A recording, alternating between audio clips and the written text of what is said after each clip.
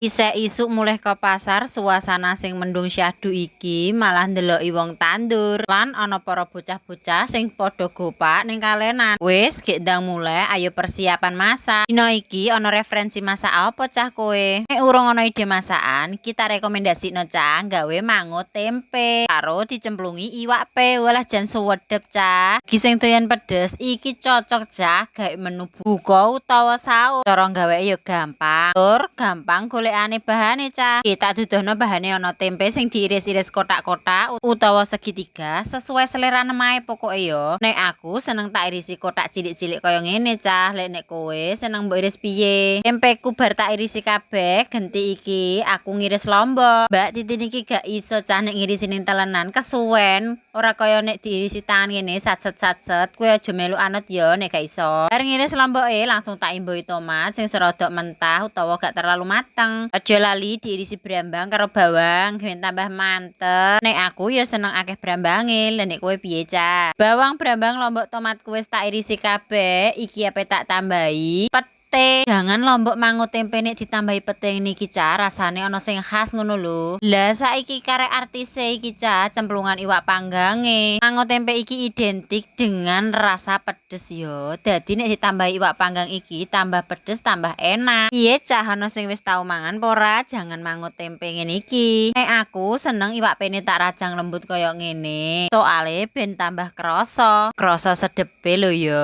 Iwak wis bar tak rajang kabeh, langsung tak dokok ning jero wadah ae. Ayo lanjut masak. Pancine disori minyak sithik, terus langsung lombok bawang brambange dijegurno, digongso. Nek wis layu, baru tempene iki dijegurno, diosang-oseng sampai kecampur rata. Bar ngono langsung disori santen yo cah. Aja sampai ketinggalan iki bumbu utamane. Bumbune iki nganggo bawang brambang kunir kencur jahe, godhong jeruk, tambah kemiri yo. Ora lali tumbar jintene. Iwak panggangku langsung tak jegurno pisan cah, tak kei bumbu uyah, tak kei gula, tak kei micin, tak tambahi roiko barang yo. Aja salvo karo uyahku yo cah, iki jangan ku akeh soale iki ape tak gawa miter. Jangan mangutku wis gembluduk, iki iso gawe referensi ide masakan. Langsung tak entas ae kon dhuwur pawon, tak sok grojok. Ambune suwedepe cah.